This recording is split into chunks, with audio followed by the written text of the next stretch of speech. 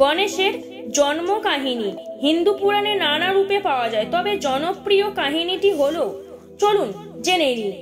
দেবী পার্বতী একদিন নিজের হাতে হলুদ চন্দন মিশিয়ে মাটি দিয়ে একটি শিশুর আকৃতি তৈরি করেন। তারপর সেই মূর্তিতে প্রাণ প্রতিষ্ঠা করে তাকে নিজের সন্তান হিসেবে গ্রহণ করেন। তার নাম দেন গণেশ।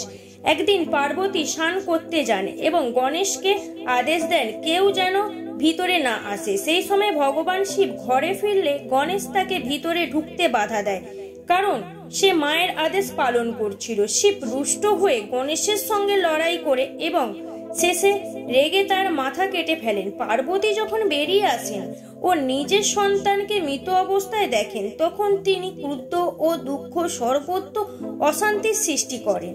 তখন শিব তাকে শান্ত করার জন্য বলেন সে যেন আবার গণেশকে জীবিত করেন। শিব তার সৈন্যদের বলেন যার মাথা প্রথম পাওয়া যাবে সেটি এনে দাও। তারা অনেক খোঁজার পর একটা হাতির মাথা দেখতে পেল। সেই হাতির মাথাটি গণেশের দেহে বসিয়ে দেয়, তাকে পুনরায় জীবিত করা হয়। সেইটি থেকে তিনি হলেন গজানন গণেশ। এই রকম ভিডিও পাওয়ার জন্য চ্যানেলটিকে সাবস্ক্রাইব করুন, আমাদের সঙ্গে থাকুন আর কমেন্ট বক্সে জয় গণেশ বলে লিখে যান।